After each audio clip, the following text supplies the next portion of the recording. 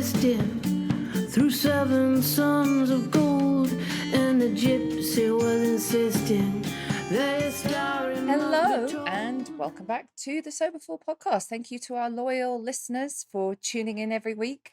We just love all your feedback about the podcast. My name is Veronica Valley, just in case you didn't know. And mine is Chip Summers. Thank you all very much for waiting around for us. Yeah. So I am really interested about today's topic that Chip and I are going to discuss. And I don't know, we're over 4.5 years in this now. I can't believe we actually haven't discussed this. I mean, it's probably come up in other ones, but we are going to be talking about our addiction to drama. So before we get started, I want you guys to know that next week is my annual Sober Mindset free training. So the Sober Mindset is my flagship program. It is the whole shebang. We go deep into our subconscious mind programming, all our messaging from childhood, limiting beliefs, all that kind of stuff. And we kick off with a free 5-day event, and that's next week. So you just need to sign up. You need to register. It's free. There's 5 hours of free content on how to get a sober mindset and all of that stuff. There's a workbook. It's pretty in-depth. So you just need to register. Go to soberful.com, sign up for the free sober mindset training. People get so much out of the free training. I get so much great feedback every single year about how mind-blowing it is. Just it's stuff we need to know how our mind works. We need to know. It's like the instruction manual. We need to know how our mind works. So please make sure that you sign up for that. Where do we start being addicted? Were you addicted to drama? I was, yes. I was, but in sort of in the example I will give will feel incidental, but I come from. In my view, there's kind of 3 kinds of households. There's a household where there's no drama at all. Nobody discusses anything. Nothing is ever said. That was my household. Then there's Right. a normal household where things are dealt with, and if there's an argument that needs to be had, it's had, and everybody resolves it, which Yeah. nobody listening to this podcast has experienced. And then there is the dysfunctional, argumentative, dramatic household, which I think will Chaos. probably be chaos, which will be familiar. So I certainly, in that quiet, empty space that we're in my household, the one example, my father had what was in those days called a cine camera, which was like a video camera or a Yeah. video. And every single time the camera was put on me, I would start scratching my head, and it became a kind of thing. People say, "Oh God, stop doing that." That's all, and it was a little tiny thing, but it was, in my view, it was kind of creating a little drama around me. There was something around me, and it was creating a little drama around me. So I got noticed, and I carried that on into my school life with very dramatic behavior. I nearly got. I used to steal from the headmaster, break into the headmaster's study, steal petty cash. I used to, in both my whatever grade schools, your high school and college, used to indulge in homosexual behavior, which is incredibly risky because it would risk expulsion and stuff like that. So that kind of high risk behavior, that sort of was built into me. And then, of course, when I started using drugs, every single time you use drugs, that's pretty high risk behavior. And of course, getting involved in criminal activities and things like that. So all my life until I got into recovery had been one of creating drama and being at the center of drama. And I think that when I got into sobriety, I found suddenly, well, where's the drama? What am I going to do? Because this looks like a flat line. This looks like quite boring compared to the life I've just led, which has been huge highs and lows. 1 minute it's really high, 1 minute it's really low, bang, bang, bang, bang. And that, I think, is most people's experience when they're drinking. Either, they've got an emotional high, they've got a physical high, they've got some sort of crisis going on, but big spiky life, and suddenly it flatlines in sobriety. And in that time, I have found myself in sobriety creating situations. The classic one, which I got an opportunity very early on, really, in recovery. I was about 3.5, 4 years sober, and I got given the opportunity to be manager of a 23-bed residential unit. It was a career break beyond all career breaks. And it was like, I mean, I did a good job, actually. It was a great place. But what did I find myself doing? I found myself borrowing from the petty cash, paying it back at the end of the month, but borrowing from the petty cash, £10 one month, £20 the next month. One month I was up to £600. Now, if they'd suddenly come in and gone, okay, we're just going to do an audit on the petty cash, I would have been absolutely dismissed. It was incredibly risky behavior. Every day I entered into that building, the sort of sense of drama was with me, and it was purely of my own creation, nothing to do with anybody else. I created that dramatic situation around me, and I was kind of comfortable in that situation. Do you think it was a buzz? There's a buzz to it, like there's a buzz of just getting away with it, just kind of at the very last moment, just kind of there's a buzz to that. Absolutely, I think so. Yeah, I mean, and I do still, I think, sort of lead my life, certainly financially, just push it to the edge, push it to the edge, push it to the edge. In previous relationships, not with my current one, but I've tried risky behavior, haven't always been faithful. Just little risky things like that. When I felt like I was a non-entity when I was drinking and using, I would always, something dramatic would have happened to me before I came to your house. So that when I knocked on the door, they'd open the door and you'd go, oh, you'd never believe what's just happened to me, and then I would come up with some story about something that happened on the bus or something, but so I was always creating a dramatic situation around me. And I think I'm still capable of doing that. As I think, I don't know if I mentioned it, but I had a suitcase stolen, lost, whatever, on a train about a month ago. I'm still talking about it. And it's like, look at this little drama that happened to me. And it's over, it's gone, it's finished, it's done with. It's like 5 weeks old now. But, I'll still, oh, how you doing, Chip? Well, I'm okay, but I lost that suitcase. I still, it's like nobody needs to know that, but I need to sort of fill that little void that I think exists with a drama. And I think that's quite common amongst people. Yeah, so there's something, I want to say there's a balance here, because there's something very human about, you'll never guess what just happened, right? There's something like, I mean, immediately, like, I'm like, all I want to do is know what just happened. Yeah, Like, tell exactly. me, tell me, right? Yeah. There's something. It's a great hook. Yeah. It's a great hook. It's a great hook. And so I want to go to kind of balance, because sometimes, well, you're quite funny and entertaining when someone comes in, when someone had, one of the typical ones is a travel story. So when someone comes and they have a hilarious travel story, it's very entertaining. So there's a balance to that, but there's also there's a way that we make it's just always drama, and it's always, and there's I certainly noticed it when I was working in rehab, that there's just a recreation of drama where it doesn't need to be dramatic. So I'm thinking of well, for instance, when people insert themselves into things. So it's actually not really anything to do with you. And one of the examples, we were in Focus and the client died, and I can't remember now. It was a long time ago. I can't remember who it was or how they died, but it always affects the community when that happens. And I feel like it was, I feel they may have taken their own life. It brings out all kinds of different reactions. And there was one client, I think she'd just graduated, and I think she knew the person who died sort of in passing, not particularly close. Well, she was off and running.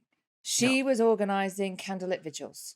She was, and I remember doing, and it was just really kind of like, oh, she was just so busy with it, and so, and I've been in contact with the family, and I've been in, and she just inserted herself, because it was sort of out of, there was something about, there's that process, it's something out of the norm, right? Yes.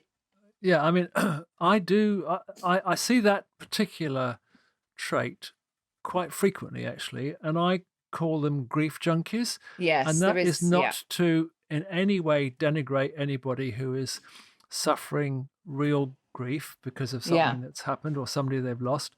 But there are people who will, as you said, sort of insert themselves in. I mean, you see it a lot in self-help meetings, somebody that really wasn't that well known dies, and suddenly everybody's best friend has died. yeah, And, oh God, I knew him so well, I knew her so well, I've known her for years. And it's an insertion of yourself into a dramatic situation where actually you yes, don't belong. yeah, That grief belongs with other people, but people insert themselves into because it's drama. It somehow.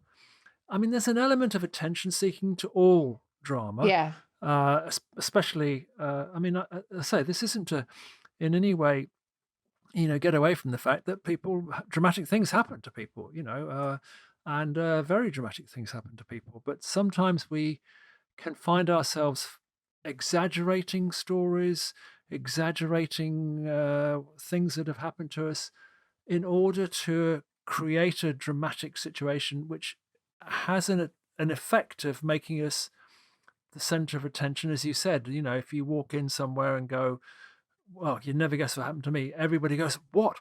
Tell yeah, us, yeah, Chip. Offload what it is that you've got in your yeah. mind that's going to enlighten us. But I think it goes beyond. I mean, I know that I have certainly, as I said, I think sometimes I've I've certainly behaved as I said with that example with the petty cash. That was Yeah. a really eye opener for me about, oh my, what are you doing? You are risking everything. You're There's a creating. triangle there of drama, chaos, and risk, Yes, right? It's a sort absolutely, of perfect storm absolutely. of all those three things. Absolutely, which was a triangle I was very familiar with, and I do Yeah. think that a lot of us, it doesn't matter where you are in the sort of spectrum. I think that everybody, in the course of their drinking, gets into that kind of triangle of chaos, Hmm. family chaos, business chaos, whatever. Very high risk behavior. There's a big adrenaline rush from taking risks and getting yourself into drama. We get a big hit of adrenaline, and we can get quite addicted to that. And I think it takes people, it's taken me a long time to sort of let go of being content with a less dramatic lifestyle. And I've got to learn also to recognize when I'm doing it in myself. And Yeah. as I said, the example of that suitcase, I don't need to talk about that any longer. It's 5 weeks old now. But, I've But got to kind of, it's a way. If someone hasn't heard that story, it's so in case anybody, Chip lost all of his electronic goods, got yeah, stolen or lost on the train in London, like laptop, Kindle, iPad. I mean, but the thing is, if you haven't heard that story, everybody can relate to it. It's kind of almost my worst nightmare. Like I yeah, messaged you about I'm going to get one of those Apple tag things and just stick them everywhere. yeah, yeah, Um, but like that's if I hadn't heard that story and it's 6 months old, I'd be like, oh man, like, and I'd be going around in my head thinking, oh my God, if that happened to like, there's something so almost rel- bonding yeah, about it, relatable to, right? yeah, there Like is something. Yeah, yeah, there's a bondingness, but so that's the thing.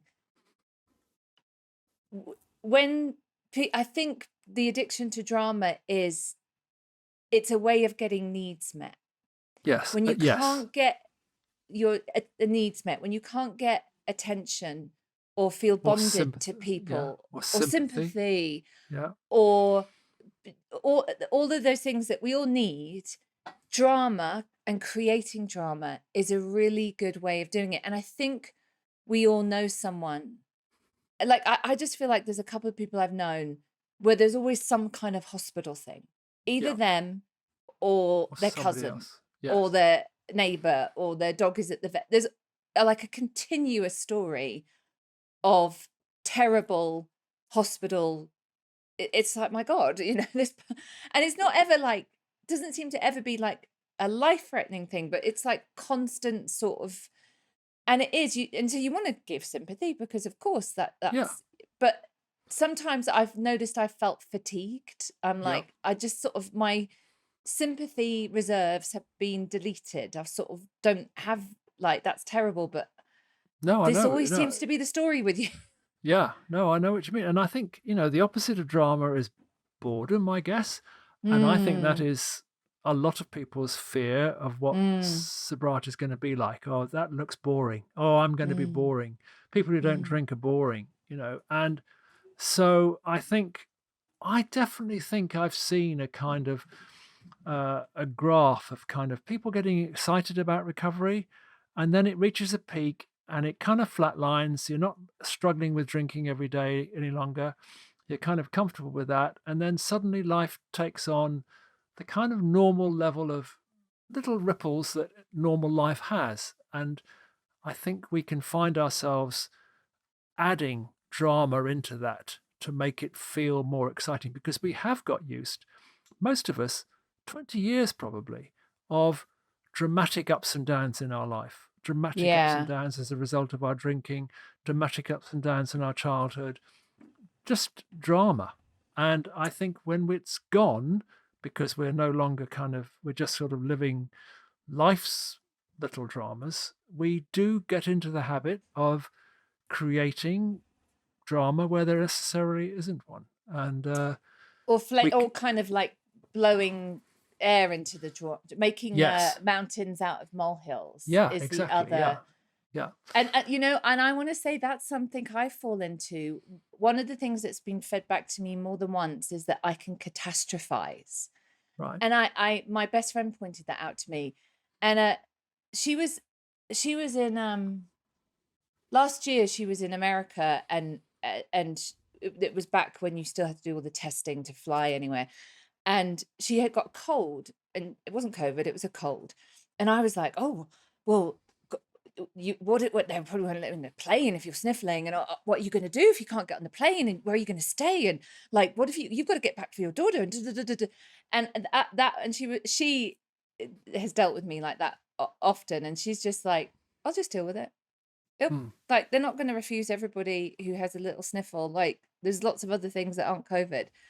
And I was kind of really like, oh, but what if they don't let you on the plane? Oh my God, you could come here. You could fly here. Maybe I could fly to you. And I was kind of really, and I have a tendency to catastrophize. I know it's probably a learnt behavior from my mother, because my mother very much does that. And I've always felt like Okay, when your parents have traits and you're like, oh my God, I don't want to do that. And then yeah, one day you're like, yeah, oh crap, I do that. yeah, So I kind of keep going to the like, oh my God, but what if? hmm. Which is sort of, that's creating like a mountain out of a mole, an unnecessary, like, okay, sometimes it's good to think of a couple of worst case scenarios and have a plan. That's not a bad thing.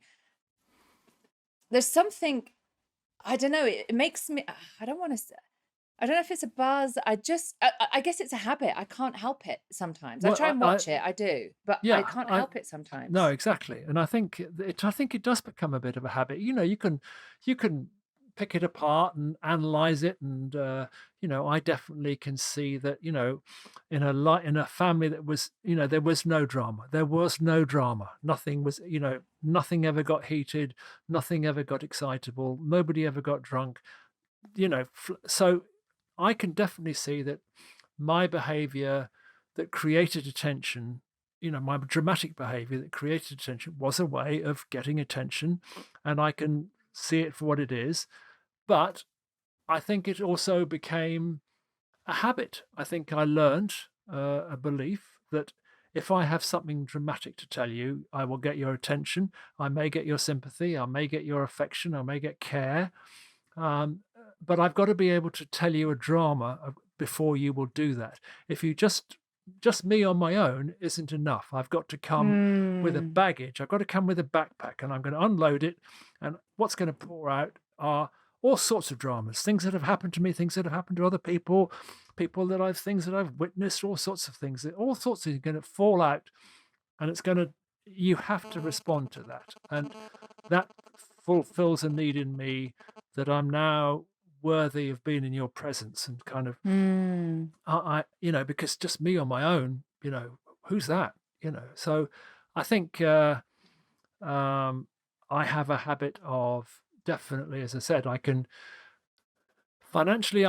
knowingly put myself into a dramatic situation by just pushing my finances to the edge, in a way that's not healthy. I stress about it, and usually I have to do something sort of dramatic to get out of it.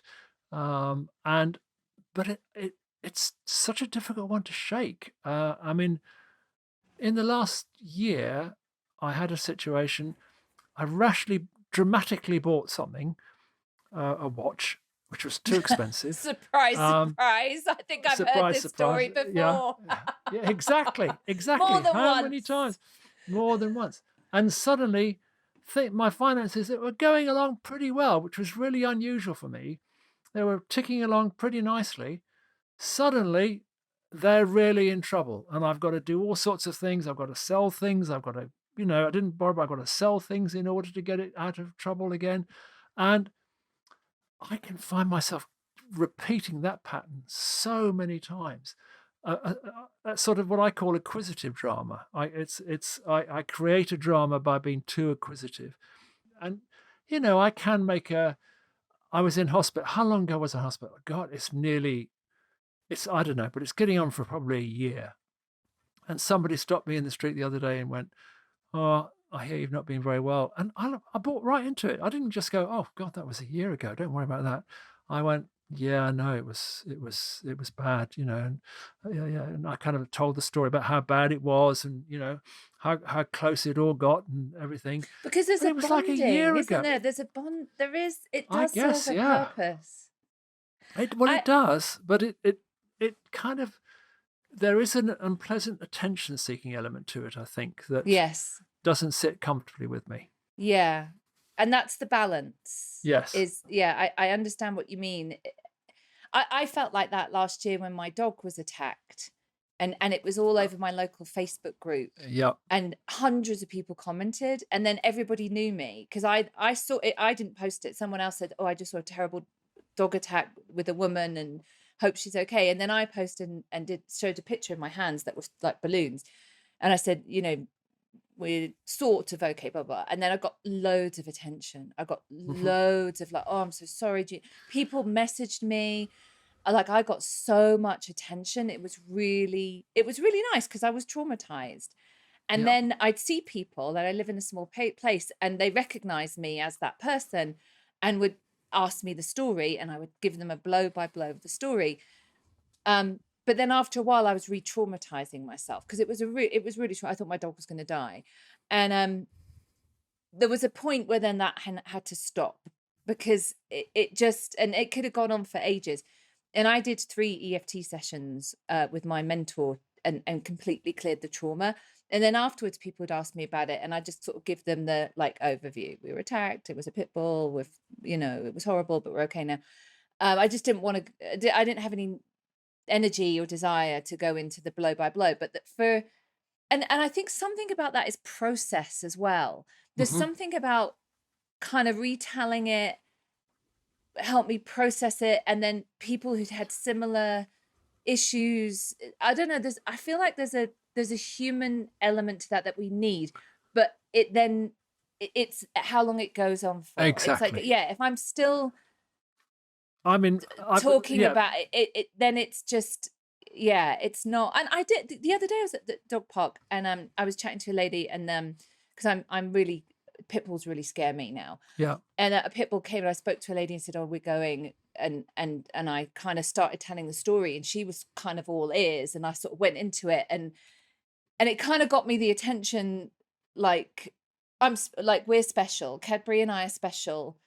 Like, there was an element of that. It's really interesting. Yeah. I mean, I have to. Heidi, my wife, is the least dramatic. I mean, nothing phases her. I don't know. Just nothing phases her at all. And I have been, since my suitcase got stolen or whatever happened to it, every kind of day or two, I'll notice something else that's gone missing. And the first couple of days I came into the bedroom and went, oh God, you won't believe this went as well. And she, just raised her eyebrows and went, oh, sorry, darling. Well, the other day I noticed something else that had gone. And I came in and she went, oh, and I went, oh, for God's sake, how much longer? I just noticed that jacket's gone. And she just looked up and went, God, and the look said, are you still going on about that bloody suitcase? That was nearly a month ago. Yes, you lost a lot of stuff. Okay, I get it. You don't have to tell me every time. But for me, it was like, share my grief with me, share my loss with me. And trying to, and she wasn't, she was. Because you love me if you do. I know you love me if you do. Exactly. Yeah. And she was, appropriately sympathetic at the time. But, Yeah. for Heidi, couple of days, she's done, she's done her sympathy thing. I mean, that's not to paint her in a bad light at all.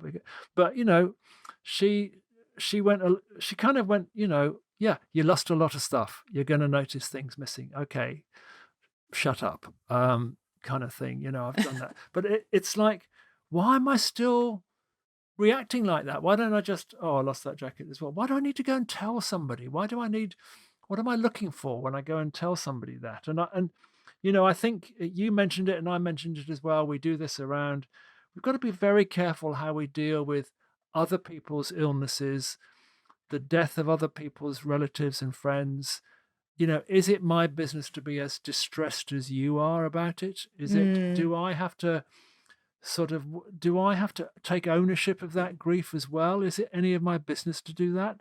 Did I really know that person that well? As I said, I've heard it a lot of times in 12-step meetings where suddenly the whole room knew this person better than anybody else. They were the best friend, and they're going to be missing them greatly. They never mentioned them before. That's always bothered me as well. It's bothered me as well, and it's obviously a very difficult one to say because there are lots of people who've got very, very genuine grief out there that is valid and worthy of respect and worthy of listening to. But there are definitely people who, they're like vampires almost. They kind of seek out that kind of situation, be it a hospitalization or something where they can portray themselves in a certain way. And I do think there is something obviously about kind of an addiction to that adrenaline rush that drama gives us. But then I also think there is, as we've been discussing, a sort of second layer to it of, why am I bringing this drama to you in recovery? Why am I bringing this to you? What is it I'm trying to get from you? I mean, certainly I know that, yes, I wanted that adrenaline hit, and that when I was drinking and using, that kind of big rush of adrenaline it worked. It was like, gave me a feeling of being alive. It kind of, especially the sort of deadening effect of drugs, having a sort of police chase made you feel alive and kind of, wow, yes. At least the police want me. Yeah, I mean, I'm really living on the edge here, and that, but do I need to do that in sobriety? Do I need to drive? I don't drive fast any longer, but do I need to take those little risks? Do I need to, what is it that what do I do it in my relationships? I don't with Heidi, thank goodness, but in other relationships, am I flirtatious with other women? Am I just pushing it a little bit too far? Am I looking for an argument? Am I, what is it? And often in relationships, we do look to replicate our family of origin, especially if it's been rowdy and dysfunctional and a lot of shouting. That's our learnt behavior about relationships. And we can often find ourselves. So in a way, I'm quite pleased that my kind of training in that ground was, let's just not talk. Because in a way, Heidi and I, the last 2 days we've both had off. And what did we do? We sat on the sofa together and read and fell asleep and read and fell asleep and read. And anybody observing it would have thought it was the most dullest day ever. But it was 2 glorious days of us being close together. But there was no drama. There was nothing. Well, she's a nurse, dramatic. so I imagine she has quite a lot of drama in her life on a daily basis. Exactly. Yeah. No, exactly. Yeah. and she does sort of exciting things. She does, mind you, she does do dramatic things to get her kicks. All that sort of mad waterfall climbing and stuff like that. Oh And yeah, but and she does. yeah, and Yeah, she kind of she had her walking partner in tears the other day because they were near this huge hole in the ground, and she had just had an accident a couple of weeks before, and she just wanted to get closer and closer and closer to the edge. And I've seen her do that myself. yeah, I mean, just so I mean, I've known myself shouting at her, "Get away from the edge yeah. now." And he was in the same position. He was crying and saying, "Please get away from the edge." Oh But God, she yeah, will push it and push it and push it. And yeah, that's a big, I guess she gets a big adrenaline kick from that. But yeah, it's not a drama I want to be around. Not a yeah. drama I want to You be. know, on that note, I always find teachers and nurses, when as people, are very, very unflappable. They're Mm, very like teachers, particularly, and nurses, maybe more than doctors. They just deal with like crazy things all the time. They're really good people. They're really good in a crisis because yeah, they're just very unflappable. Nothing phases them. yeah, Teachers make great employees in other roles because of that. I've found that they can handle anything that comes at them. They just yeah, can handle anything, and nurses as well because of that. But yeah, and it's interesting what you're saying about, like, and again, there's that kind of relationship with risk and yes, causing potential chaos, and it's all unnecessary. Like yes, your money thing, right? It's unnecessary. This yeah, isn't necessary, but com- we all do it. We all there's a um so I've heard it said, and I think it comes down to this, that as human beings, we have lots of different needs, and one of them is for certainty. So we need to know where we're sleeping tonight, and that there's yeah, food and all that kind of stuff. But also one of them is for uncertainty, and there's a relationship between creating certainty and creating uncertainty. Like if we did the same thing every day, we'd all kind of go crazy. But yeah, we absolutely need the certainty of where we're going to sleep and those kind of things. It's like when we were in England for a month, like, before you go, like, so ready to go and packing and so ready to go. Like the last 5 days, it's like, oh God, I just want to get home. I do not want to live out of a suitcase. I do not want yeah, to be in a strange bed. I just want to be in my routine. I don't want it to be boring. I just want my yeah, routine where I get up and I do this and I do that. So I think it's something to do between the relationship between certainty and uncertainty mhm, and our history. If we grew up in chaos, if we didn't get our needs met, then drama, which is unavoidable in life, that's just part of the human experience, mhm. can get out of balance and can serve our needs in different ways. I think it's an interesting, what's the word? There's an Psychological behavior. interesting relationship between all of those things. I Okay, have I have perimenopause brain where I forget, like I'm just forgetting okay. it. Like just so you know, like I Uh, keep words keep going. I've got very demented brain, I think. But I think actually I have now forgotten what I was going to say now. But oh yeah, no, it was about the human condition has grown up on fight and flight. Both of which Yeah, produce yeah, huge adrenaline rushes. Well, what's the line? yes, What's the line in between that? The line in between that yeah, is pretty dull. So I do think there is sort of something in us that kind of does want to get that adrenaline hit. We've got it within us to pump us up with energy, and I think drama is a way of pumping us up and getting us ready for a fight or a flight. And I think sometimes we create those situations, as we've said today. We create those situations in order to get either that kind of adrenaline rush that we maybe become very used to, very familiar with, or that we just want to. The more uncomfortable bit of this is when I do it for attention, and I do think that an mm, awful mm, lot of my dramatic behavior over the years has been to create attention. Certainly as a mm, child, mm, as a teenager, it was about creating attention. And I don't want to go into my addiction too deeply, but I can see now on reflection and that my behavior, completely absent from my family, they weren't part of it in any way, shape, or form. I might see them once a year or something, but I now know, and other families will know this, they never stopped talking about me. They always kept my behavior, my dramatic behavior, hundreds of miles away from them. I Mm. was still very present in their life every day because nobody forgot about Chip because, oh, Chip's in court again, is he? Oh, Chip's in jail again, is he? Oh, Mm. Chip's in hospital again, is he? You know, they were always, it was a way I can see, I don't know whether it's Yeah. true or not, of not being forgotten because Well, obviously you in a, can, I mean, you can, like, yeah, it's like there's almost a kind of like, well, you're not gonna ignore me now, are you? yeah, Like, because exactly. you were sort of like the ignored child, really, the sort of like, don't. Completely. No, completely. I That mean, was you that. were. I mean, talk about the polar opposite of like, don't make children are seen, not heard. Don't, that's kind of like you couldn't be more dramatically opposite to that than Exactly. being on life support twice, really, could you?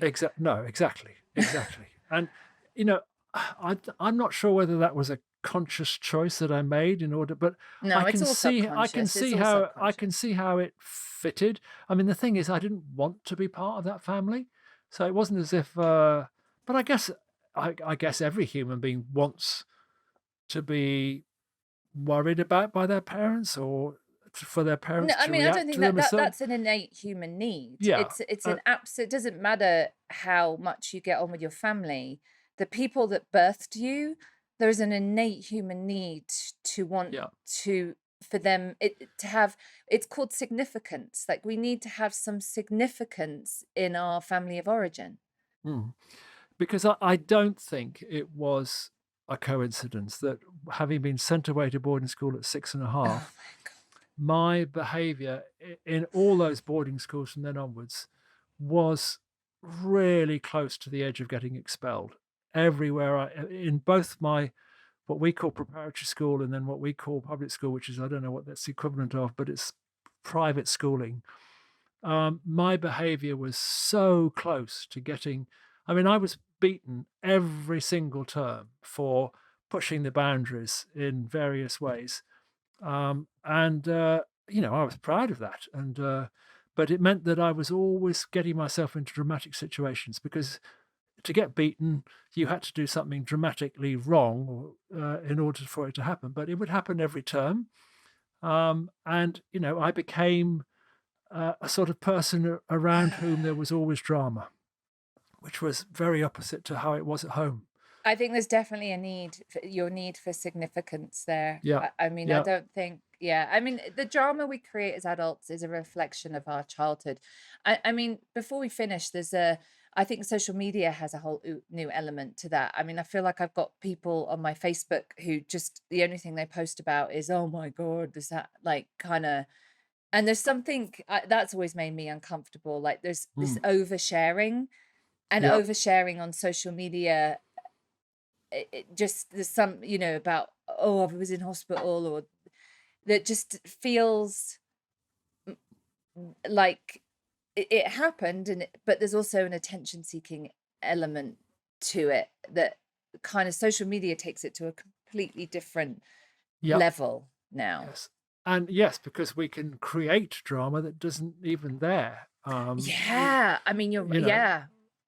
because now, I mean, what would be the point of me sitting in a bedroom on my own before social media, thinking something dramatic? Well, now I can actually pretend that something dramatic has happened to me, and suddenly, And tell people and get tons of like yeah, reactions. yeah, like Yeah, pretend that I've been bitten by my dog or something like that, and yeah. yeah. Um, but yeah, I mean, I think I think we have a slight sidetrack, but I think maybe an episode we need to do. But I think the impact of social media is going to have a very dramatic effect on the development of this generation that they are so totally unaware of. In a way, Yeah. the lack of reading skills, the lack of development, and even the pandemic and the way that everybody between the age of 6 and 16 has lost 2 plus years of social development. Mm, And it's that social development has occurred in a completely different way. yeah. And I think I it's think going we to have have a that. I direct, think we have done that, but I think we can have also we? revisit it. Yeah, Yeah. but So yeah, anyway, so hopefully you found this an interesting subject to think about. It's kind of part of the recovery process, I think, yes, was beginning to, like, I've been sober a while now, and I'm sort of creating a bit of unnecessary drama here. It's kind of when we begin to get we can see these patterns of behavior that we have, and that's yeah, kind of the recovery process, is revealing patterns of behavior and how yeah, they maybe are out of balance, or they don't serve us, yeah. or the ways that they do service is unhealthy. And So it's an interesting thing to to think about. We'd love yeah, to get your exactly. And be open to the discussion. And it's not, you know, I hope that, you know, by revealing our own kind of tendencies towards doing things dramatic, we just make people realize that it's not something to be ashamed of. It's just something that we do, and it's worth taking note of, and it's worth looking at.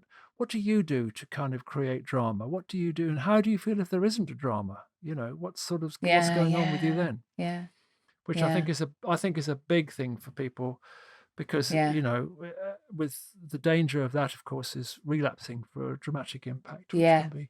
Yeah, let us know in the Facebook group and social media. I'm Veronica J. Valley on Instagram, what you think of this topic. We would love to know. Yeah. All right. Thanks, everybody. That's Thank all for you. this week. We'll see you next Thanks. week. Bye-bye. Bye bye.